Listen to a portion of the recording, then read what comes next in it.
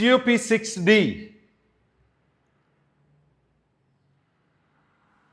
നമ്മുടെ nursing care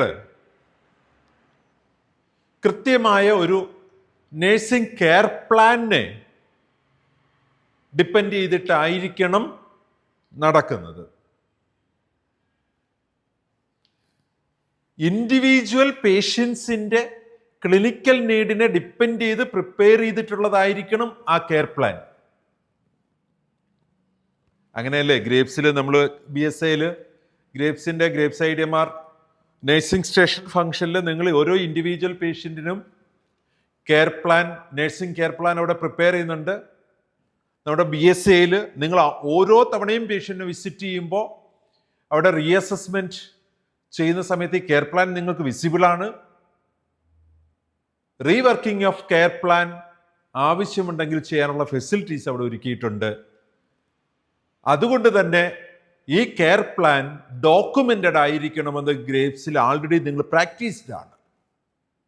grapes ഉപയോഗിക്കുന്ന എനിക്ക് തോന്നുന്നു ഒരു ഹോസ്പിറ്റലിലും ഈ ഒരു ഏരിയ ഉപയോഗിക്കാതിരിക്കുന്നില്ല. കാരണം അത്രയ്ക്ക് ഈസിയാണ് അത് ഹാൻഡിൽ ചെയ്യാനായിട്ട്. വോയിസ് ടു ടെസ്റ്റ് ഒക്കെ എനേബിൾഡ് ആയിരിക്കുന്നതുകൊണ്ട് നമുക്ക് അതിനകത്തൊരു ടെൻഷനില്ല. അതുമല്ല നമ്മൾ അതിൻ്റെ ഒരു ഈസിനെസ് ഇതിനകം തന്നെ മനസ്സിലാക്കി കഴിഞ്ഞതാണ്. അതിനകത്ത് എന്തൊക്കെയാണ് നമ്മൾ കരുതേണ്ട കാര്യങ്ങൾ. ഓരോ ഈവൻറ്റും നമ്മൾ റെക്കോർഡ് ചെയ്തു പോകണം. അല്ലാതെ വെറുതെ വൈറ്റൽ എടുക്കുന്നതും ഡ്രഗ് അഡ്മിനിസ്റ്റർ ചെയ്തു എന്ന് മാത്രമല്ല ഡോക്യുമെൻ്റ് ചെയ്യേണ്ടത്. ഈ നേഴ്സ് ഇൻട്രാക്ട് ചെയ്യുന്ന ഓരോ സാഹചര്യങ്ങളും നമ്മൾ ഡോക്യുമെൻ്റ് ചെയ്യണം. അങ്ങനെ ഡോക്യുമെൻ്റ് ചെയ്യുമ്പോൾ നമ്മുടെ അസസ്മെൻറ്റുകൾ ഡോക്യുമെൻ്റ് ചെയ്യണം.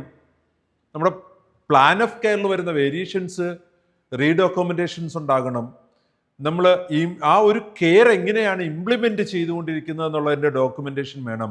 പേഷ്യൻ്റെ കണ്ടീഷൻസ് ഇവാലുവേറ്റ് ചെയ്യുന്നതിന് ഡോക്യുമെൻ്റ് ചെയ്യണം. ഇതെല്ലാം അനുസരിച്ച് നമ്മുടെ കെയർ പ്ലാൻ്റെ മോഡിഫിക്കേഷൻ ഡോക്യുമെൻ്റ് ചെയ്യണം. ഇത്രയേ ഉള്ളൂ.